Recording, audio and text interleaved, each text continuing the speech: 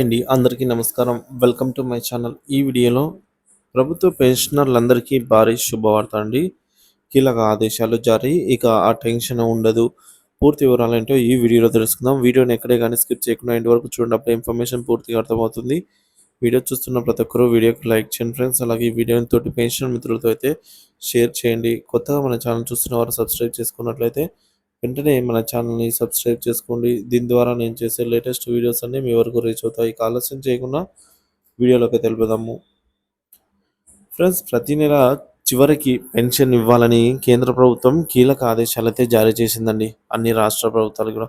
So, కేంద్ర ప్రభుత్వ ఉద్యోగులకు మరియు పెన్షన్‌లకు ఆలస్యంగా జమ చేస్తున్నటువంటి బ్యాంకులపై కేంద్ర ఆర్థిక శాఖ సీరియస్ అయింది.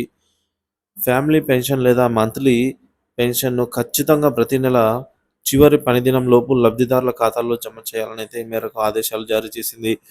ఉదాహరణకి జనవరి నెల పెన్షన్ అంటే ఫిబ్రవరిలో జమ అవుతుందనుకుంటే అలవాటు ఉంది. ఇకపై అలాంటి ఆలస్యాలు ఉండవు. జనవరి నెల పెన్షన్ జనవరి 31 తారీఖు కల్లా ఖాతాలో పడాల్సిందే. ఒకవేళ 31 తేదీ హాలిడే అయితే జనవరి 30 తేదీ కల్లా జమ కావాల్సిందే అని కేంద్ర ఆర్థిక శాఖ స్పష్టం చేసింది. మార్చి, ఏప్రిల్ నెలల్లో మాత్రము మొదటి పని రోజే చెల్లింపులు చేయాలనైతే పేర్కొంది. ఆలస్యంగా పెన్షన్ జమ కావటం వల్ల పెన్షనర్లు ఆర్థిక ఇబ్బందులు ఎదుర్కొంటున్నారని, ఫిర్యాదులు అధిక మోతాదు సంఖ్యలో అందుకోవడం వల్ల ఆర్థిక శాఖ ఈ సమస్యను సీరియస్‌గా తీసుకొని బ్యాంకులకు కఠినమైన ఆదేశాలను జారీ చేసింది.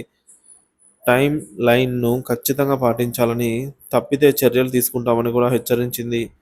పెన్షన్ క్రెడిట్ అంటే జమ అయ్యేది ఆలస్యం కాకుండా ప్రతి నెల చివరి పనిదినం ఉదయం నాటికే బ్యాంకులు సెంట్రలైజ్డ్ పెన్షన్ ప్రాసెసింగ్ సెంటర్‌కు నివేదికలు సమర్పించాలని కేంద్రం ఈ మేరకు సూచించింది.